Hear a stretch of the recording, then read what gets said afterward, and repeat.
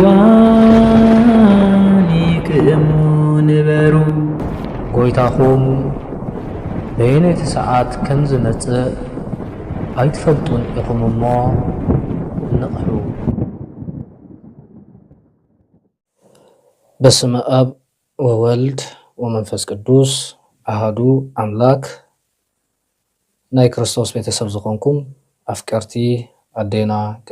قدوسان قدست دنجل مريم بمالدنتان بترادعنتان تأمنون وتمحصنون دك عبدهم قدوسان زخونكم أبوتاتي كهنات ناي مستر تلاقتي أهاو دياقونات مزمران مزمرات እግዚአብሔር አምላክ ደፍቅረኩም ህፃናት بحفشا كلكم حزب كريستيان كمي علقكم كمي كأنكم كمي تكونوا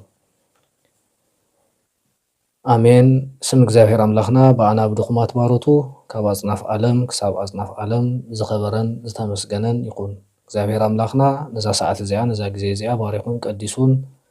بسلام بفقري بتأنا بهيوت سلزصنحنا كبرن مسكانان أملقون سجدتن نعو يقبأ باركس كم فقد እግዚአብሔር አምላክ نلومي مبل أسرانا 4 كفال ጉዕዞ ናብ እግዚአብሔር ሒዘልኩም ቀሪበ ዘለኹም መበል 24 ክፋልና ካብ ምዕራፍ 4 ይኸውን ምዕራፍ 4 ከዓ ናይዚ ኮርስ ናይ መወዳእታ ምዕራፍ ምዃኑ ኣብ ዝሓለፈ ፕሮግራም ሓቢረኩም ነይረ ስለዚ ኣብ ዝሓለፈ ክፋላት ከም ተማሃርናዮ ኣብ ምዕራፍ 3 ናብ እግዚአብሔር በከመይ ንምለስ ናብ እግዚአብሔር ክንምለስ ከም ዘለና ናብ እግዚአብሔር አምላክ ምስ እንምለስ እንረኽቦም ጸጋታት ከዓ ሪእና ነርና ስለዚ ምዕራፍ 4 ከዓ ኣብ ንስሓ ዘተኮረ ትምህርቲ ይኸውን ማለት እዩ እግዚአብሔር አምላክ ብሰላም ጀሚሩ ሰላም ክፈጽመና ቅዱስ ፍቃዱ ይኹን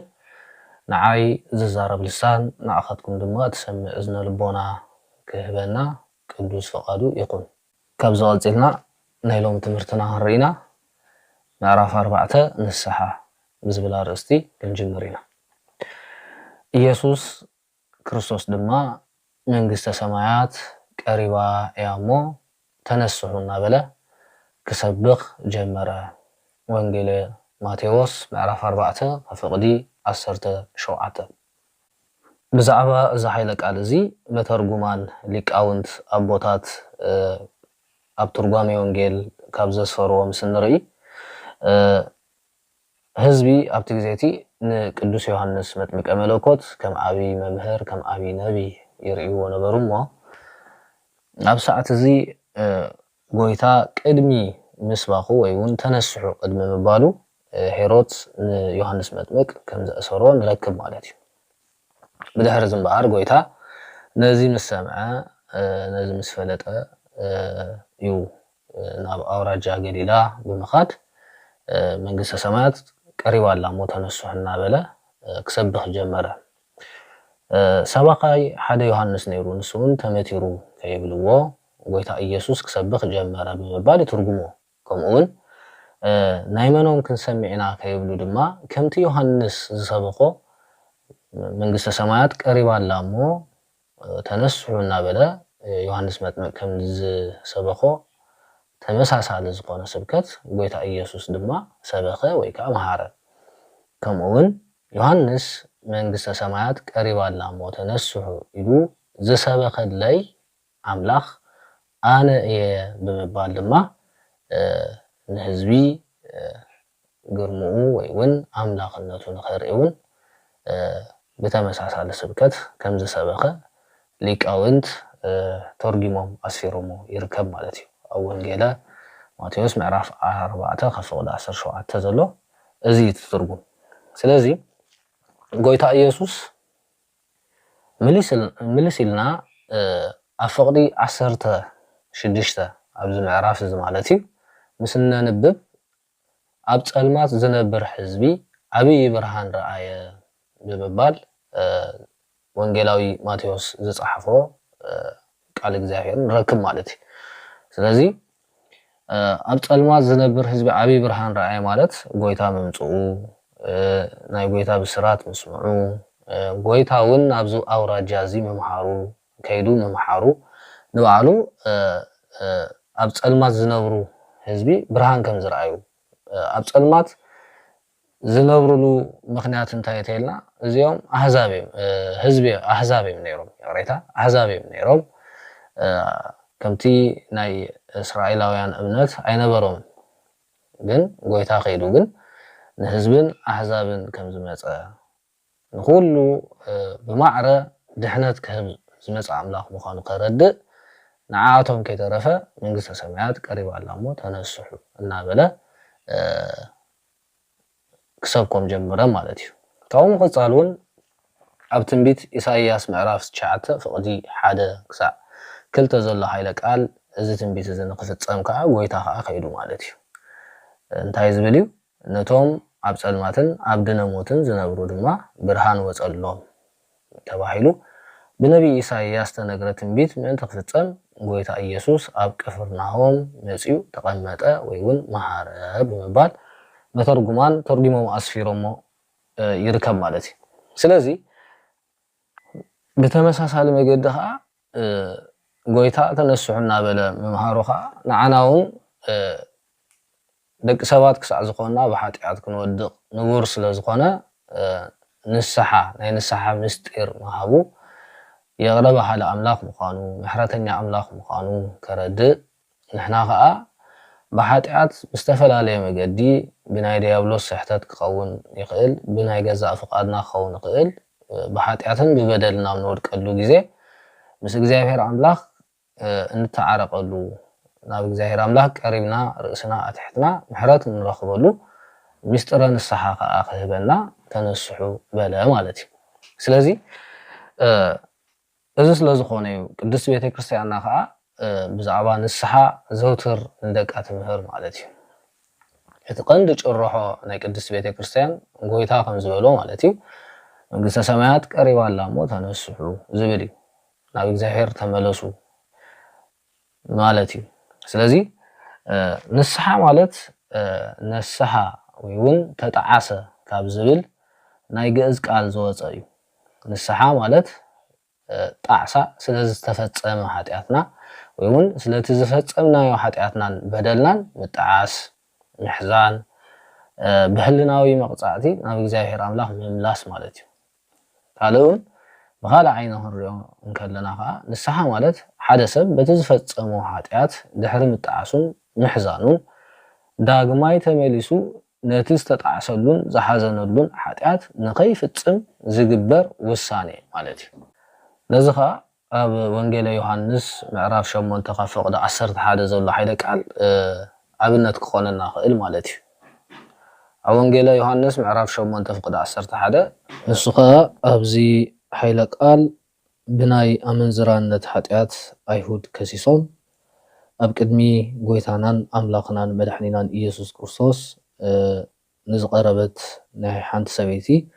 ታሪኽ የዘንቱ ማለት እዩ ጎይታ ኢየሱስ ክርስቶስ ከዓ ካብ ከሰስታ ከም ዘናገፋን ዝሃባ መጠንቀቕታውን ከም ዝነበረ ንርኢ ማለት እዩ ንሱ ከዓ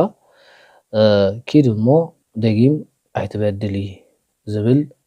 ሓይለ ቃል እዩ ተዛሪቦ ስለዚ ንሶም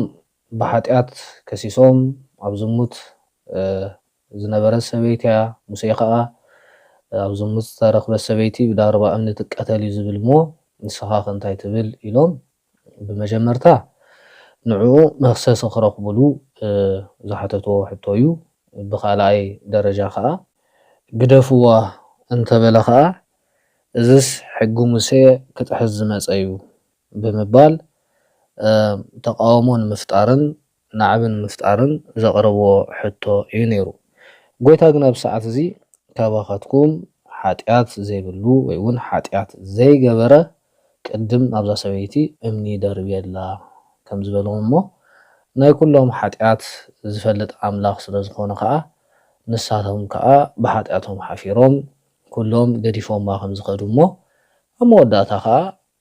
ጎይታ እውን ይቕረ ከም ዝበለላ ንረክብ ማለት እዩ ስለዚ ኣብዚ ዓለም እዚ ስጋ ዝለበሰ ወዲ ሰብ ዘበለ ኩሉ ማለት እዩ ኃጢአት ዘይገብር የለን ስለዚ ኃጢአት ብዝተፈላለየ መገዲ ከም ንገበር ስለ ዝፈልጥ ከዓ ጎይታ ኢየሱስ ክርስቶስ ከዓ ንስሐ ሰሪዕልና ማለት እዩ ስለዚ እግዚአብሔር አምላክ መሐሪ ይቅረ በሃሊ አምላክ ምዃኑ ከዓ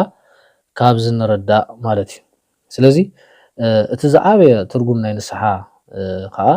ብፍላጥ ይኹን ብዘይፍላጥ ንዝፈፀምናዮ ኃጢአትን በደልን ምእላይን ደጊምና ድማ ናብቲ ኃጢአት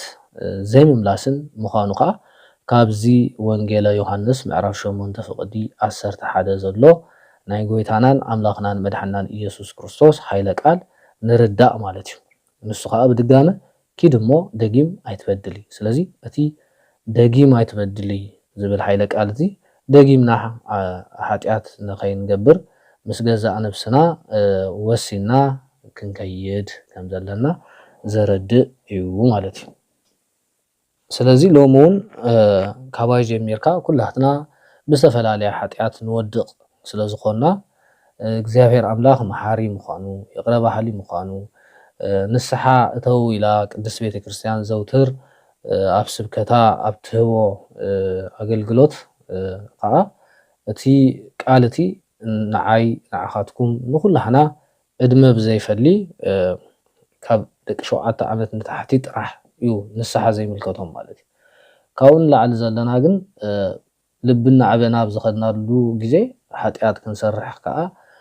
ንቡር ስለ ዝኾነ ካብዚ ኃጢአት እዚ ከዓ ተሓፂብና ናብ ፍቅሪ እግዚአብሔር አምላክ ንምለሰሉ ምስ እግዚአብሔር አምላክ ንተዓረቀሉ መገዲ ንስሐ ስለ ዝኾነ ካባይ ጀሚርካ ኩላትና ንዝበደልናዮ በደል ንሰራሕናዮ ኃጢአት ፀብፂብና ናብ ፈጣሪ ናብ እግዚአብሔር አምላክና ብንስሐ ክንምለስ በዚ መገዲ እዚ ናይ ሎሚ ትምህርትና ይሕብረና ማለት እዩ ስለዚ ንስሐ ካብተን 7 ምስጢራተ ቤተ ክርስቲያን ሓደ እዩ እቲ ዝመስረቶሙ መድሓኒ ዓለም ኢየሱስ ክርስቶስ እዩ ንስሐ ካብ ዝድገሙ ምስጢራት ሓደ እዩ 7 ምስጢራተ ቤተ ክርስቲያን ዝበሃሉ ድማ እዚኣቶም እዮም ብምባል ከም ዝትርእይዎም ዘለኹም ምስጢረ ጥምቀት ምስጢረ ሜሮን ምስጢረ ቁርባን ምስጢረ ንስሐ ምስጢረ ተክሊል ምስጢረ ክህነት ምስጢረ ቀንዴል ይበሃሉ ስለዚ ንስሐ ካብ ዝድገሙ ምስጢራት ሓደ እዩ ማለት እንታይ ማለት እዩ ንስሐ ዝድገም ምስጢር እዩ ዝድገም ምስጢር ማለት እንታይ ማለት እዩ ሓሳብ እቲ አገልግሎት እቲ ምስ ተገብረ ደጊምካ እውን ዝውሃብ እዩ ንኣብነት ሓደ ሰብ ንእግዚአብሔር አምላኩ በዲሉ ንስሐ ብዝኣቱ ደጊሙ ከዓ ክወድቕ ንቡር ስለ ዝኾነ ደጊሙ ከዓ ኃጢአት ኣብ ዝገበረሉ እዋንካ ናብ እግዚአብሔር አምላክ ብንስሐ መሊሱ ከዓ ንስሐ ከኣቱ ይፍቀድ ማለት እዩ ስለዚ እቲ አገልግሎት ዝደጋገም ስለ ዝኾነ ካብ ዝድገሙ ምስጢራት ሓደ ይበሃል ማለት እዩ ንኣብነት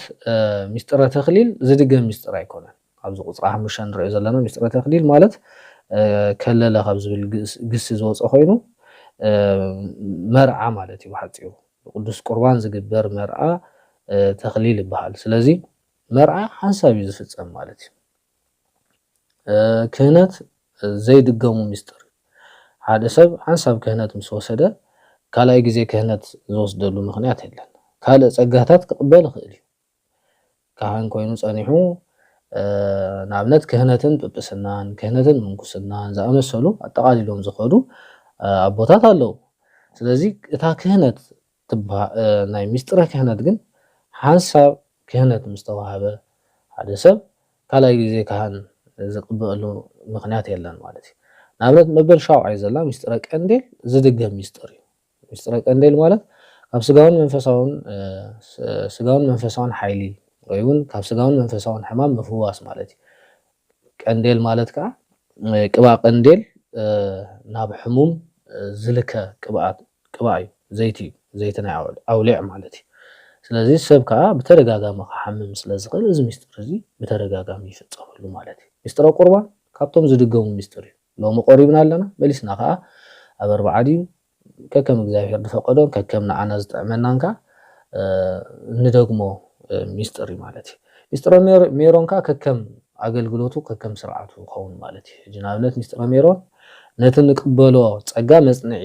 ሓደ ሰብ ዲቁና ክቅበል እንከሎ ምስጢረ ሜሮን ዝቅባእ ክህነት ከምፅእ እንከሎ መሊሱ ከዓ ሜሮን ይቅባእ ማለት ስለዚ እቲ እንወስዶ ዘለና ማዕረግ ይውስኖ ማለት እዩ በር ንሓደ ማዕረግን ሓንሳብ እዩ ዝወሃብ ዲቁና ተዋሃብ ከለኻ ሓንሳብ ቅብኣ ሜሮን ትልከ ክህነት ከምፅን ከሎ ሓደ ሰብ ሓንሳብ ቅብኣ ሜሮን ዝልከ ከምኡ እውን ተኽሊል ክፍፀም ከሎ ሓንሳብ ቅባእ ጥምቀት ሓንሳብ ቅባእ ማለት እዩ ስለዚ በከምዚ ክትርድእዎ ዝድሓን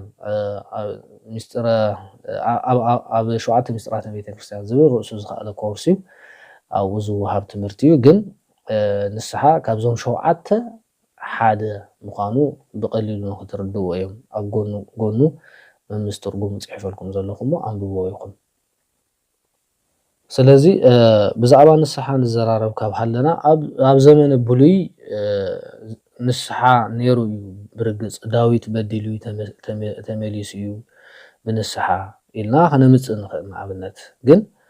ኣብ ዘመነ ብሉይ ዝነበረ ናይ ንስሓ ሓይሊ ወይ እውን ናይ ንስሓ ጥቕሚ እንታይ እዩ ውፅኢቱ ከመይ እዩ ዝብል ምስ ንሪኢ ከዓ ኣብ ዘመን ብሉይ ኪዳን ወይ እውን ካብ ዘመነ ነቢያት ጀሚሮም ዝነበሩ ደቂ ሰባት ካብ በደሎም ተመሊሶም ንስሓ እኳ እንተኣተው ኣብቲ ግዜ እቲ ዝነበረ ውፅኢት ናይ ንስሓ ግን ገነት ወይ እውን መንግስተ ሰማያት ዘእቱ ሓይሊ ኣይነበሮም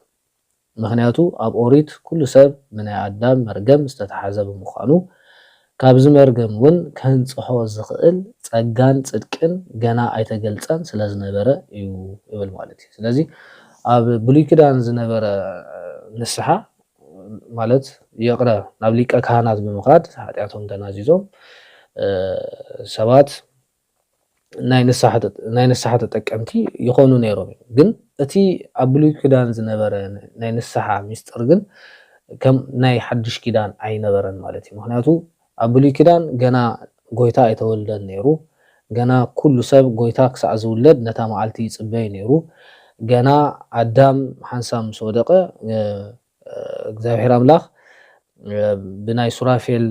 ሰይፊ ብምግባር ንገነት ከም ዝዓፀዋ ንገነት ኢሎም ከም ዝዓፀዋ እዩ ዝነግር መፅሓፍ ቅዱስ ማለት እዩ ስለዚ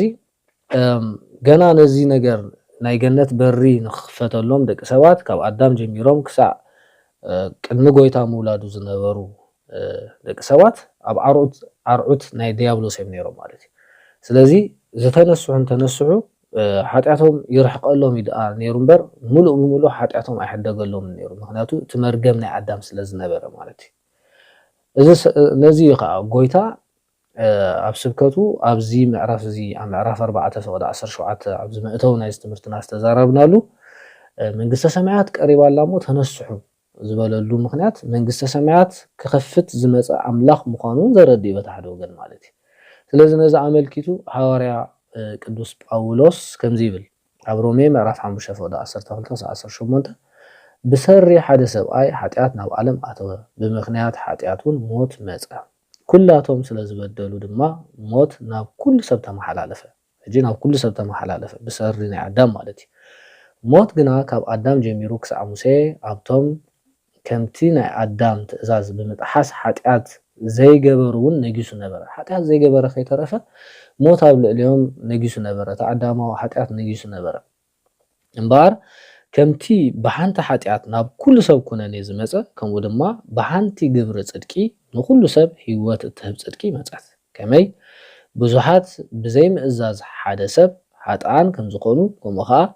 ብምእዛዝ እቲ ሓደ ብዙሓት ፃድቃን ክኾኑ እዮም ሕጂ ኣብዚ ክትርድእዎ ዘለኩም ስለ ቃሉ ስም እግዚኣብሔር ኣምላኽ ዝኸበረን ዝተመስገነን ይኹን እሞ ብዙሓት ብዘይ ምእዛዝ ሓደ ሰብ ሓጥኣን ነበሩ ማለት ብዘይ ምእዛዝ ሓደ ሰብ ኢልዎ ዘሎ ኣዳም እዩ ሕራይ ከምኡ ከዓ ብምእዛዝ እቲ ሓደ ብዙሓት ፃድቃን ክኾኑ እዮም ዝብል ብምእዛዝ ሓደ ሰብ ሓደ ከዓ ዝብሎ ዘሎ ንጎይታ ኢየሱስ ክርስቶስ እዩ ንጎይታናን ኣምላኽናን መድሓናን ኢየሱስ ክርስቶስ ጎይታ ፍቃዱ ኮይኑ እዩ ካብ ሰማያት ወሪዱ ካብ ኣብን ካብ መንፈስ ቅዱስን ብሓድነቱን ብሰለስትነቱን ምስ ኣብን ምስ መንፈስ ቅዱስን ዝምለኽ ዝምስገን ኣምላኽ ክነሱ ግን ብሰሪ ፍቅሪ ናይ ዝዓለም እዚኣ እግዚኣብሔር ኣምላኽ ነቲ ዘፍቅሮ ሓደ ወዱ ናብዚ ዓለም ዝለኣኾ ከም ዝበለ ዮሃንስ ወንጌላዊ ኣብ ምዕራፍ 3 ፍቅዲ 16 ጎይታ ናብዚ ዓለም እዚ ብምምፅኡ ብዙሓት ከዓ ናይ ፅድቂ በሪ ከም ተኸፍተሎም የረድእ ማለት እዩ ስለዚ ኣብ ሓዱሽ ኪዳን ዘላ ንስሓ ንብዙሓን ጻድቃን ትገብርን መንግስተ ሰማያትን እተወርስን ከም ዝኾነ ካብዚ ንርዳእ ማለት እዩ ሕራይ ስለዚ ኣብ ሓድሽ ኪዳን ግን ጎይታ ክሳዕ ዝውለድ ሓጢኣቶም ይረሕቆሎም ይደኣ ነይሩ እምበር መንግስተ ሰማያት ዘእቱ ሓይሊ ኣይነበሮም ምክንያቱ ገና ጎይታ ተወሊዱ ተጠሚቁ ተሰቂሉ ተገሪፉ ተሰቂሉ ሞይቱ ተንሲኡ ዝኸፍተላ ንገነት መንግስተ ሰማያት ዝኸፍተላ ሰላም ዝእውጀላ ዲያብሎስ ደዋርደላ ሰዓት ኣይኣክለትን ስለ ዝነበረት በዚኣ ክትርድእዎ ተስፋ ይገብር ማለት እዩ ሕራይ ስለዚ ሓጢኣት ማለት ካብ እግዚአብሔር ምፍላይ ክኸውን እንከሎ ንስሓ ድማ ናብ እግዚአብሔር ምምላስ ማለት እዩ ኣብ ሚልክያስ ምዕራፍ 3:7 ያዕቆብ 4:7 ከምኡውን ኣብ ወንጌል ማርቆስን ሉቃስን ዘሎ ሓይለ ቃል እንድሕር አንቢብናዮ ናብ እግዚአብሔር ኣምላኽ ናይ ምምላስ ሓይሊ ከም ዘለዋ ንስሓ ንርዳእ ማለት እዩ ከምኡውን ንስሓ ንሰብ ናይ ሓቀኛ ክርስትያናዊ ህይወት ወይ ናብ ሓቀኛ ክርስትያናዊ ህይወት ከም ዝኣቱ ትገብር እያ ግብረ ሐዋርያት ምዕራፍ 8:21 ንስሓ ማለት መንፈሳዊ ንቕሓት ማለት እዩ ሮሜ 13:17 ነዚ መምስ ጥቕሱ ኣዳልየልኩም ዘለኹ ንስኻትኩምን መጽሓፍ ቅዱስ ንክትፍትሹ ብምባል ዘይተንትኖ ዘለኹ እንደገና ከዓ ምስቲ ግዜና ከዓ ንኽንከይድ ማለት እዩ ሕራይ ከምኡውን ንስሓ ማለት ናብ ልብኻ ምምላስ ማለት እዩ በዲለ ኢልካ እግዚአብሔር ኣምላኽ በዲለ ሓጢኣት ገይረ ብምባል ናብ ልብኻ ከዓ ክትምለስ ከለኻ ናይ ንስሓ ጉዕዞ ጀሚራላ ማለት እዩ ኣብ ሉቃስ ወንጌል ምዕራፍ 15:11 እንተሪእና ሕጂ ናይ ጥፉእ ወዲ ታሪክ ንረኽቦ ንኣብነት ጥፉእ ወዲ ካብ ቤት ኣቦኡ ወፂኡ ከም ድሌቱ ይነብር ነይሩ ብሓጢኣት ይመላለስ ነይሩ ድሓር ግን ሓጢኣት ምስ ደቆሰቶ ቤት ኣቦኡ ከም ዘከረ ኣቦኡ ለዋሕ ፈቃር ምዃኑ ዘኪሩ ናብ ኣቦይ ክምለስ ኢሉ ምስ ተመለሰ ኣቦኡ ሓቂፉ ከም ተቐበሎ ንረክብ ማለት እዩ እዚ ምሳሌ እዩ ንሕና ብዝደለናዮ መንገዲ ክንከይድ ንኽእል ብዝመሰለና መንገዲ ክንከይድ ንኽእል ግን ብዘይ እግዚኣብሔር ኣምላኽ ሂወት ከም ዘይብልና ንርዳእ ማለት እዩ ስለዚ ናይ እግዚኣብሔር ምሕረትን ይቕሬታን ዘኪርና ናብ እግዚኣብሔር ኣምላኽ ምስ እንምለስ ግን እግዚኣብሔር ኣምላኽ ኢዱ ዘርጊሑ እዩ ዝቕበለና ስለዚ ብንስሓ ኣቦይ በዲለካ ሓጢኣት ገይረ ኣምላኸይን መድሓኒየይን ኢየሱስ ክርስቶስ ኣምላኸይን ኣቦይን ኢየሱስ ክርስቶስ የቕረበለኒ ናብ ንምለሰሉ እዋን ናይ ንስሓ በሪ ይኸፍተልና ናይ ምሕረት በሪ ይኸፍተልና እግዚኣብሔር ኣምላኽካ የቕረብለና ማለት ሓቂፉ ከዓ ንስሓና የቕበል የፅርየና የንፅሕና ንገነት መንግስተ ሰማያት ተዳለና ንኸውን ማለት እዩ ስለዚ ኢዮብ 14:17 ተንቢብና ተመሳሳሊ ጥቕሲ ወይ እውን ተመሳሳሊ ታሪክ ንረክብ ንስሓ ማለት ካብ ሓጢኣት ባርነት ናፃ ምውፃእ ማለት እዩ ዮሃንስ ወንጌል ምዕራፍ 8:33 ናይታ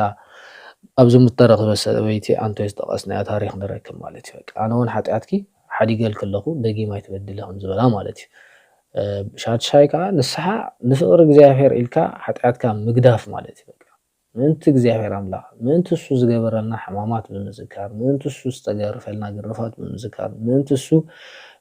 ምእንቲ ደቂ ሰባት ምእንታና ምእንቲ ኩላህና ንዝረኸቦ ፀዋቶ መከራን ንዝረኸቦ ግርፋትን ምእንታና ክብል ኣብ መስቀል ምስቃሉ ፍቅሩ ምግላፁ እናዘከርና ምእንቲ ድሕነተይ ንዓይ ንኸፅርየኒ እዩ እግዚኣብሔር ኣብ መስቀል ተሰቂሉ ንዓይ ከድሕነኒ ንዓይ ካብ ባርነት ናይ ዲያብሎስ ነፃ ከውፀኒ እዩ ኣብ መስቀል ተሰቂሉ ብምባል ነዚ ሓሲብና ምእንቲ ፍቅሪ እግዚኣብሔር ኢልካ ሓጢኣትካ ምግዳፍ ማለት እዩ ስለዚ መበል 7 ንስሓ ብሂወት ምልዋጥ ብሂወት ተለዊጥካ ምንባር ማለት እዩ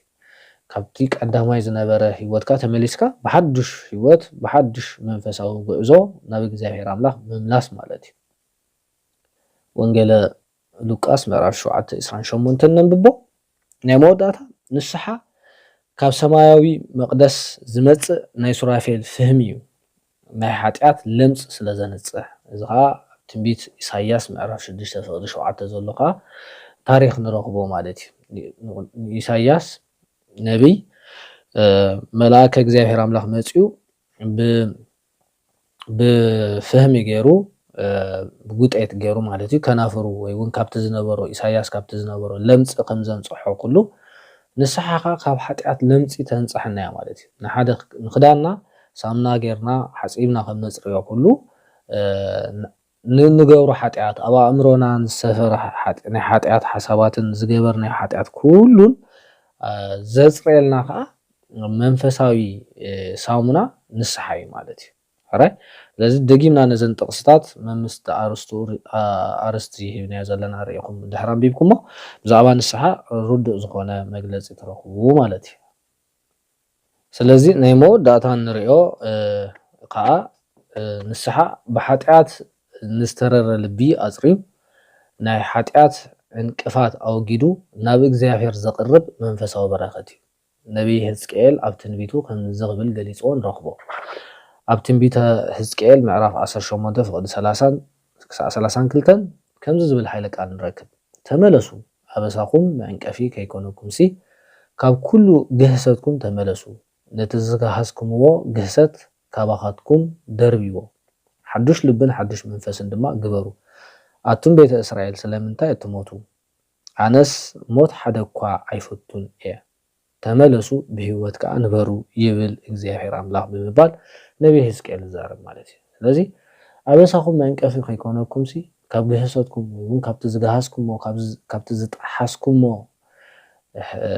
ጥሕሰት ወይ እውን ሓጢኣት በደል ኩሉ ተመለሱ ካባኻትኩም ኣውፅኹም ደርቢዎ ማለት እንታይ ማለት እዩ ብንስሓ ተዛሪብኩም ካባኻትኩም እንታይ ግበሩ ኣውፅዎ ደርቢዎ ሓዱሽ ልብን ሓዱሽ መንፈስን ከዓ ግበሩ መቸም ንስሓ ዝኣቱ ሰብ ሓዱሽ ልብን ሓዱሽ መንፈስን እዩ ዘጥሪ ማለት እዩ ከም ብሓዱሽ ከም ብተይ እናተሰራሰረ ከም ዝኸይድ ጾሩ ከቢድዎ ይመጽእ ሞ ሓጢኣቱ ምስ ተናዘዘ ከዓ እግዚኣብሔር ይቅረብሎ ጾሩ ይራገፈሉ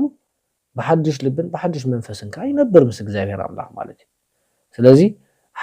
ሓጢኣት ከዓ ናብ ሞት ዘምርሕ ስለ ዝኾነ ኣቱም ቤተ እስራኤል ስለምንታይ ትሞቱ ኢሉ ማለት እዩ ኣነስ ሞት ሓደ እኳ ኣይፈቱን እግዚኣብሔር ናይ ወል ሓደ ሰብ ሞት ዝፈቱ ኣምላኽ ኣይኮነ ማንም ሰብ ብሞት ብሓጢኣት ብበደል ከይተነስሐ ክመውት ፍቃደኛ ኣይኮነን እግዚኣብሔር ስለ ዝኾነ እዩ ከዓ ንኩሉ ህዝቢ ዓለም ክብል ኣብ ማእከለ ምድር ተሰቂሉ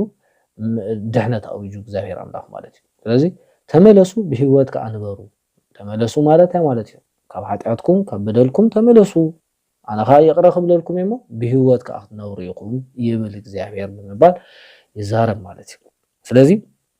ሎሚ እውን ካባይ ጀሚርካ ዝበደልናዮ ዝሓጣናዮ ሓጢኣት ዓቕሙን ደረጅኡን ዕብየቱን ምንኣሱን ብዘይገድስ ሓጢኣት ኣብ ቅድሚ እግዚአብሔር ኣምላኽ ሓጢኣት እዩ ክንስሕሉ ይግበአና ማለት እዩ እግዚአብሔር ኣምላኽ ከዓ መሓሪ ስለ ዝኾነ ከዓ ይቅረ ይብለልና እሞ ብህይወት ከዓ ንነብር ማለት እዩ ሞት ናተይ ናትኩም ናይ ማንም ሰብ ዝፈቱ እግዚአብሔር ኣምላኽ ስለ ዘይኮነ ነቲ ዝጾረና ጾር ዝኸበደና ጾር ብንስሓ እንድሕር ኣራጊፍናዮ ኢና ከዓ ድሕነት ክንረክብ ንኽእል ቅልል ክብለልና ዝኽእል ማለት እዩ ዝጨነቀና ጭንቀት ብጭንቀት ዘሕሰበና ነገር እኮ እንድሕር ናብ ሓደ ብጻይካ ኺድ ኢልካ እንድሕር ኣስተንፍስ እንድሕር ኣቢልካሉ ትዝርብ እንድሕር ኣቢልካ ቅልል ከም ዝብለካ ኩሉ ናይ ሓጢኣት ሸኽሚ ከዓ ከምኡ ከዓ እንድሕር ተነሲሕካሉ እዩ ዝቐለካ ማለት እዩ ስለዚ ሞት ሓደ እኳ ኣይፈቱን እየ ሞ ተመለሱ ብህይወት ከዓ ትነብሩ ኢኹም ይብለና ኣሎ እግዚአብሔር ማለት እዩ ስለዚ ወዲ ሰብ ካብቲ ብሓጢኣት ዝወደቐሉ ግዜ ጀሚሩ ካብቲ ዝተዋህቦ ናይ ድሕነት መገድታት ሓደ ንስሓ እዩ ማለት እዩ ናይ ድሕነት መገድታት ብዙሓት እዮም ካብኦም ግን ሓደ ንስሓ እዩ ተዋሂቡና ማለት ንዓና ንኣብነት ቅዱስ ቁርባን ዝቆርብ ሰብ መንግስተ ሰማያት እዩ ዝወርስ ግን ናብ ቅዱስ ቁርባን ሓደ ሰብ ክበፅሕ ናይ መጀመርታ በሪ ንስሓ እዩ ዝኸውን ማለት እዩ ስለዚ ንድሕነት ተዋሂቡና ብዙሓት መገድታት ኣለዉ ግን ካብዞም መገድታት ሓደ ንስሓ እዩ ማለት እዩ ምስ እግዚአብሔር ኣምላኽ ቅድም ብበደልና ብሓጢኣትና ሰራሕናዮ ኩሉ ነገራት ተናዚዝና እግዚአብሔር ይቅረ ንኽብለና ደሚና ርእስና ኣትሒትና ይቅረ በለለይ ፈጣሪ ኣንጻሕን ቅድሰኒ ሓይልን ብርታዕን ሃበኒ ኢልና ናብ ፈጣሪ ንመጽእ እግዚአብሔር ኣምላኽ ከዓ ህያው ለዋህ እዩ የንጽሕና ይቅድሰና ማለት እዩ ድሕሪ ብሓዱሽ ልብን ብሓዱሽ መንፈስን ከዓ ንነብር ማለት እዩ ካልእ ከዓ ንስሓ ጾታን ቦታን ዓሌትን መልክዕን ከይፈለየ ዝፍጸም ስርዓት ምዃኑ ቅዱሳት መጽሓፍቲ ይምስክሩ እዮም ንኣብነት ኣብ ግብረ ሐዋርያት ምዕራፍ 17 ፍቕዲ 30 ኣምላኽ ነቲ ዘመን ድንቁርና ኣሕሊፉ በቲ ካብ ሙታን ዝተንስአ እሞ ብኡኡ ንኩሉ እምነት እናሃበ ዝመደቦ ሰብኣይ ንዓለም ብጽድቂ ዝፈርደላ መዓልቲ ወሲኑ ስለዘሎ ሕጂ ኣብ ኩሉ ቦታ ንብዘሎ ሰብ ክንስሑ ይነግራሉ ብምባል ይዛረብ ማለት እዩ ጅራዮ ኣብ ኩሉ ቦታ ንብዘሎ ሰብ ክንስሑ ይነግራሉ ማለት አይ ማለት እዩ ኣብ ኩሉ ቦታ ማለት ኣብ ኩሉ ብዝኾነ አንፈት ናይ ዓለም እዚኣ እንድሕር ከድካ ኣብ ኩሉ ቦታ እዩ ንብዘሎ ሰብ ማለት ከዓ ንብዘሎ ፍጥረት ናይ ኣዳም ዓሌት ቦታ መልክዕ ከይፈለየ ጾታ ከይፈለየ ንነፍሱ ሰከፍ ሰብ ክንስሕ ከም ዘለና ይነግር እዩ ማለት እዩ ስለዚህ ሐዋርያት ከዓ ሁሩ ወመሃሩ ብምባል ናብ ዓለም ብስም አብን ወልድን መንፈስ ቅዱስን እናጥመኩም ደቀ መዛሙርተይ ግበርዎም ኢሉ ዝኣዘዞም ትእዛዝ ከዓ ናብ ኩሉ ዓለም ማለት እዩ ናብ ኩሉ ዓለም ከዶም ወንጌል ከበስሩ እንከለው እታ ናይ መጀመርታ ስብከት ከምቲ ጎይታ ዝመሃሮም ማለት እዩ መንግስተ ሰማያት ቀሪባላ ተነስሑ ዝብል ነይሩ ማለት እዩ ንኩሉ ሰብ ብንስሓ ምስ መለሱ እዮም አጥሚቆም ናብ ቅዱስ ቁርባንን ናብ ክርስቲያናዊ ህይወት ዘእትዎም ማለት እዩ ስለዚህ እዚ ንኩሉ ዝግባእ እዩ ማለት እዩ ስለዚህ ዘመን ድንቁርና ዝብል ቃል ኣሎ አምላኽ ነቲ ዘመን ድንቁርና አህሊፉ ንዝብልካ ዘመን ድንቁርና ማለት ወዲ ሰብ እግዚአብሔር ካብ ናይ አቦነት ፍቅሪ ካብ ናይ አቦነት ፍቅሩ ዝተላዕለ ንዝገበረሉ ምሕረት ብምዝንጋዕ ኣብ ናይ ኃጢአት ባርነት ወዲቁ ዝጸንሐለን ወርሓት እዚ ማለት አቦና አዳም ካብ ዝወደቀሉ ሰዓት ጀሚርካ ክሳብ ጎይታ ዝመጸሉ ግዜ ቅድሚ ሙላዱ ዝነበረ ግዜ ዘመን ድንቁርና ይባሃል ማለት እዩ እዚ ሕጂ ከም ጸርፊ ገለ ከይተሓስቦ ከም ይኮናል ከምኡን ሰይጣን ንፍቃድና ተጠቂሙ ኣብ ናይ ኃጢአት ባርነት አሲሩ ብንስሓ ንኸይንምለስ ዝሓዘና ዘመናት ዘመን ድንቁርና ይባሃል ማለት እዩ ሓደ ሰብ ተነሳሕ እናበልካዮ ሎሚ ጽባሕ እናበለ ኸይን ከሎ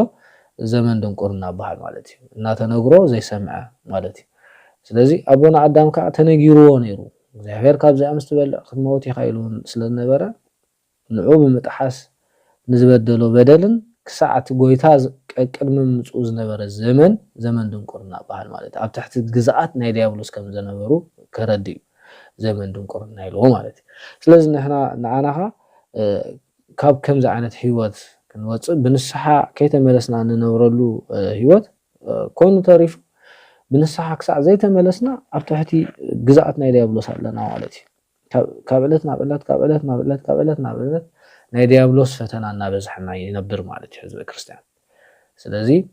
ዘመን ድንቁርና ብምባል ዝገለጾ ነዚ ምናልባት ኣብ ግብረ ሐዋርያት ምዕራፍ 17:30 ዘሎ እንታይ ማለት እዩ ንዝብል ነገር ሕልፍ ኢልና ይኹን ከይድ ስለዝደለኹ እዩ ስለዚህ ንኣብነት ከዓ ምስ ንርኢ ኣብ ቀዳማይ ነገስት ምዕራፍ 18 ፍቅዲ 1 ክሳብ 34 ተጻሒፉ ዝርከብ ናይ እስራኤል ንጉስ ኣኽዓብ ነቲ ሓቀኛ ናይ እግዚአብሔር ነቢይ ኤልያስ ኣብ ክንዲ ዝሰምዕ ን400 ናይ ሓሶት ነቢያት ክሰምዕን ንምኽሮም ክቅበልን ዝገበሮ ንኣእምርኡ ወይ እውን ንምስትውዓሉ ዝሸፈኖ ናይ ዘይምፍላጥን ዘይምስትውዓልን ናይ ሰይጣን መጋረጃ ከም ዝነበረ ንርዳእ ማለት እዩ ሕጂ ነቢይ ኤልያስ ግደፍ እናበሎ ክነሱ ንሱ ግን ኖኖ ነዚኦም ናይ ሓሶት ነቢያት ክሰምዕ ብምባል ነቶም 400 ናይ ሓሶት ነቢያት ብምስምዑ ዝረኸቦ ዕጫ ነይሩ ውድቀት ነይሩ ካብ ናይ እግዚአብሔር አምላኽ ዝዓለወሉ ነገር ነይሩ ተረዲሁኒ ንሓደ ኤልያስ ክቀትል ዘሕለፎ ዘመን ቀሊል ኣይኮነን ንጉስ ኣኽዓብ ማለት እዩ እግዚአብሔር ግደፍ ብለካሎ ስለምንታይ ናቡተይ ተቀትሎ ብምባል ኤልያስ ብዙሕ ተቃይሞ ስለነበረ ማለት እዩ ስለዚህ ኣክንድነ ኤልያስ ግደፍ ንዝብል ናይ እግዚአብሔር ቃል ምስምዑ ነቶም ናይ ሓሶት ነቢያት ክሰምዕን ምኽሮም ክቅበልን ዝጀመረ ኣእምሩ ዝሸፈኖ ምስትውዓሉ ዝሸፈኖ ናይ ሰይጣን መጋረጃ መወዳእታ በኽላባት ከም ዝብላዕ ወዲቁ ከም ዝመውት ከምኡውን ብሕማቕ ኣማውታ ከም ዝመውት እዩ ኮይኑ ማለት እዩ ስለዚህ ንሕና እውን ጽባሕ ንጎ ዲያብሎስ መጻወቲ ኮይና ወዲቕና ከይንተርፍ ሎሚ ብንስሓ ናብ እግዚአብሔር ኣምላኽ ምስ እንምለስ ህይወት ንረክብ ማለት እዩ። እዚ ዓለም እዚኣ ከዓ ኣካይዳኣ ኩሉ ነገራት ንሪኦ ኣለና ህዝቢ ክርስቲያን ብዙሕ ሕማቕ ነገር ንሰምዓሉ ግዜ እዩ እሞ ሰብ ብሰላም ወፊሩ ብሰላም ዘይምለሰሉ ቅልውላዋት ዝበዝሓሉ ዘመን እሞ ንዓይን ንዓኻትኩምን እግዚአብሔር ኣምላኽ ከም በደልናን ከም ሓጢኣትናን ከይረኣየ ብምህረቱ ጠሚቱ ዕድመ ንስሓ ካብ ሃበና ብህይወት ብንስሓ ክንመላለስ እግዚአብሔር ይደግፈና። ናይ ሎማዓንቲ ትምህርቲ ነዚ ይመስል ማለት ህዝበ ክርስቲያን ምናልባት ከም እዮ ገዛ ክትርእይዎ ትደልዩ ነገራት ክህበኩም እየ ንዓኻትኩምን ኣብ ገዛ መጽሓፍ ቅዱስ መፈተሽ እዩ ዝኾነኩም ነዘን ሰለስተ ሕቶታት መሊስኩም ዋላ ተደሊኹም ኣብ ኮመንት ክትፅሕፎ ትኽእሉ ኢኹም እንተደሊኹም ከዓ ኣንቢብኩም ከዓ ንስኻትኩም ከዓ ነተማሃርኩሞ ንገዛእ ነብስኩም ከዓ ክትግምግምሉ ትኽእሉ ሰለስተ ሕቶታት እሞ ነዘን ሕቶታት እዚአን ሰሪሕኩም ነብስኩም ክትግምግሙ ይላቦ ማለት እዩ። ስለዚ ናይ ሎማዓንቲ ትምህርትና ኣብ ዝወዲእና ኣለና። ኣብ ዝቕፅል ናይ ንስሓ ጥቕሚ ኣብ ዘመን ብሉይን ብሉይ ኪዳንን ሓድሽ ኪዳንን ናይ ንስሓ ጥቕሚ ኣብ ዘመን ብሉይ ኪዳን ሕጂ ናይ ንስሓ ተጠቀምቲ ኣብ ብሉይ ኪዳን ኣለዉ ከምቲ ኣቐዲምና ዝተምሃርናዮ ማለት እዩ። ናይ ብሉይ ኪዳን ንስሓ መንግስተ ሰማያት ዝእቱ ኣይነበረን ግን ሰባት ግን ምስ እግዚአብሔር ኣምላኽ ግን ይዕረቑ ነይሮም ኃጢአት ገይሮም ዳዊት ሕጂ ሰብ ኣቕቲሉ እዩ ንኦርዮ ኣቕቲልዎ እዩ ዝሙት ገይሩ እዩ ብንስሓ ግን ተመሊሱ እዩ ተረዲኹምኒ ግን መንግስተ ሰማያት ዝእቱ ይነበረን ናይ ብሉይ ኪዳን ማለት እዩ ገና ጎይታ ስለ ዘይተወልደ ናይ ሓድሽ ኪዳን ከዓ ጎይታ ድሕሪ ምውላዱ ናይ ንስሓ ተጠቀምቲ ዝኾኑ ከዓ ብዙሓት ኣለዉ ነዚኦም ከም ኣብነት ብምርኣይ ንሕና ከዓ ሎሚ ናይ ንስሓ ተጠቀምቲ ንኽንከውን ይድግፈና ማለት እዩ ንሳቶም ብዝኸድዎ መገዲ እንድሕር ከይድና ንዕኦም ይቕረ ዝበለ ኣምላኽ ንዓና ይቕረ ክብለልና ስለ ዝኾነ ኣብዛ ኣርእስቲ እዚ ኣጠቓሊልና ክርኢና ማለት እዩ ከም ፍቓድ እግዚአብሔር ኣምላኽ ኮርስና እናወዳእና ኢና ንኸይድ ዘለና ምናልባት ብገምጋም ካብ ሕጂ 2-3 ክፋላት ጥራሕ እዩ ተርፈና ስለዚ ብፅሞና ክትከታተሉ ይላበወኩም ማለት እዩ ክሳብ እዛ ሰዓት እዚኣ ከዓ ግዜኩም ሰዓትኩም መስዋዕት ገይርኩም ስለተከታተልኩምኒ ፅኒኢልኩም ስለዝሰማዕኩም እግዚአብሔር ኣምላኽ ኣብ ተወትሩ ትገብሮ ጸሎትኩም ፅኒኢሉ ስማዕኩም ንዓይን ንዓኻትኩምን ንመንግስተ ሰማያት ዝበቃዕና ሰባት ክገብረና እግዚአብሔር ቅዱስ ፍቃዱ ይኹን ዝወደቐ ዝነጠበ ብኣፍ ትጉሃን መላእክቱ ይኣርመለይ ከም ዘወትር ናይዚ ቻናል ዕብየት ከዓ